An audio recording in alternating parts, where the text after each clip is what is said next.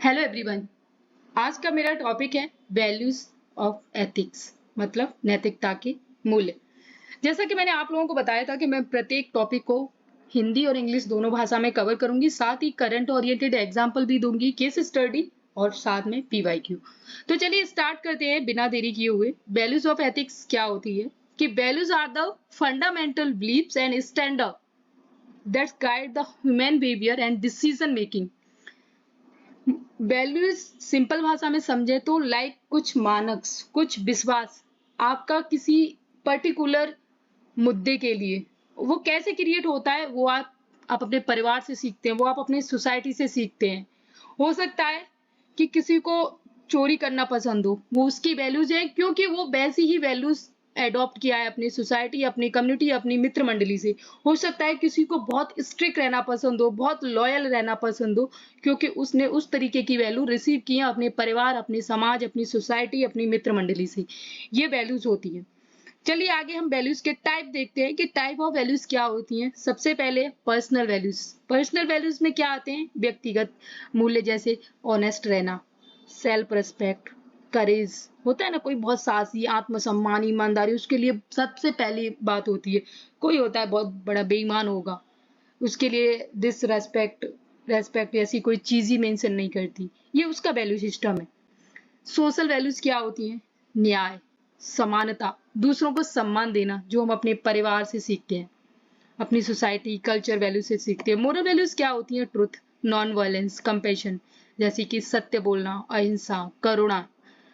Professional values क्या होती हैं? व्यवसाय में वैल्यू, जैसे कि इंटीग्रिटी, अकाउंटेबिलिटी, ट्रांसपेरेंसी। ठीक है। आगे यूनिवर्सल वैल्यूज क्या होती हैं? ह्यूमैन, जैसे कि आपका पीस, आपकी फ्रीडम, आपकी मानव गरिमा। इम्पोर्टेंस इन एथिक्स क्या होता है? नैतिकता का महत्व क्या है? ठीक है। Provide a moral compass for right versus wrong, सही गलत के निर्णय का आपको महत्व बताता है।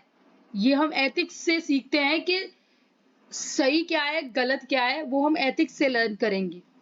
अगला है help in ethical decision making, मतलब कि आप कोई भी निर्णय ले रहे हैं तो आप उस बेस पे जज कर पाएंगे कि क्या सही है, क्या गलत है, क्या करना चाहिए और क्या नहीं करना चाहिए। सार्वजनिक जीवन में विश्वास बढ़ाता है, जैसे strength, trust in public life. सहानुभूति और सहयोग को बढ़ावा देता है एथिक्स। ठीक है।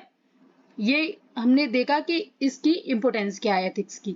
आगे हम देखते हैं करंट एग्जांपल क्या है। जैसे कि यहाँ पे हम उदाहरण लेंगे कि एक प्रशासनिक अधिकारी रिश्वत लेने से इनकार कर देता है और ईमानदारी के मूल्यों को बनाए रखता है। तो ये क्या है? उसका वैल्यू सिस्टम। ठीक है।